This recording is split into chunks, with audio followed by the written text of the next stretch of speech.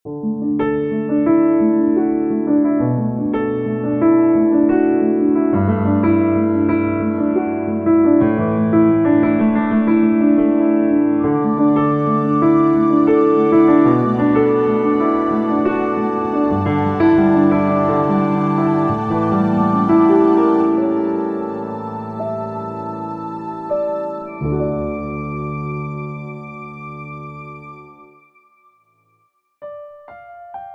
nama Tuhan, kita percaya bahwa Allah kita Allah yang maha kuasa, Dia tidak berubah.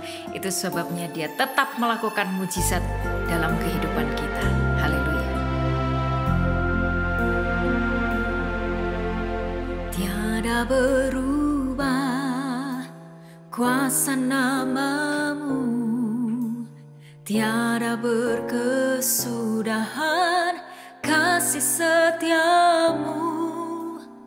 Apabila Tuhan sudah berfirman, maka semuanya jadi. Tiada berubah kuasa nama-Mu, tiada berkesudahan kasih setia-Mu. Apabila Tuhan sudah berfirman, maka semuanya jadi. Selama ku menyembah-Mu, ku percaya bahwa mujizat pasti terjadi.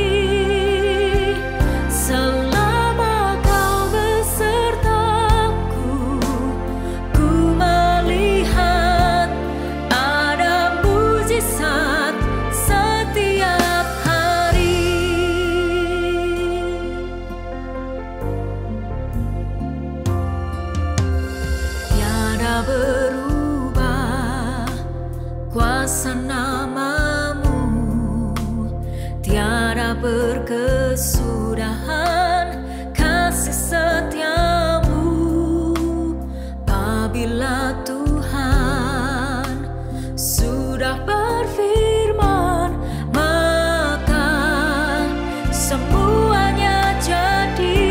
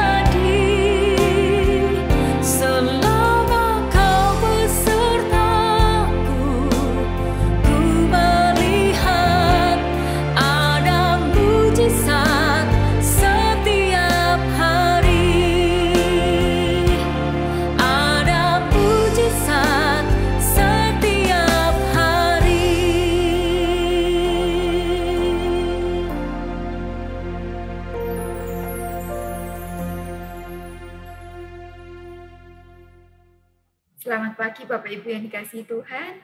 Judul renungan firman Tuhan pada pagi hari ini adalah sabar menanti janji Tuhan. Menanti atau menunggu memang bukan hal yang menyenangkan bagi kebanyakan orang. Menunggu atau menanti ini sangat melelahkan secara mental, apalagi menunggu sesuatu yang tidak kunjung datang. Tidak pasti kapan datangnya, kadang dapat membuat kita emosional dan kesal. Saat kita mendapat janji Tuhan, tentu kita akan sangat senang apabila janji itu langsung digenapi.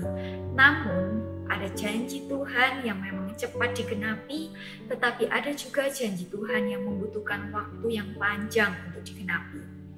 Tidak jarang manusia jatuh di dalam proses menanti janji Tuhan ini. Kadang dalam proses penantian itu manusia menjadi goyah, menjadi tawar hati, menjadi kecewa, atau bahkan mereka membuat jalan mereka sendiri untuk penggenapan janji itu.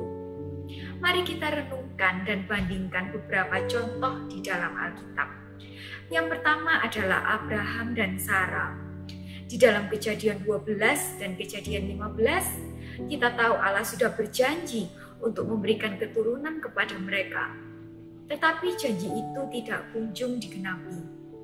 Sehingga mereka berusaha untuk mempercepat penggenapan janji itu dengan jalan pintas yang mereka buat sendiri. Kita semua tahu ceritanya.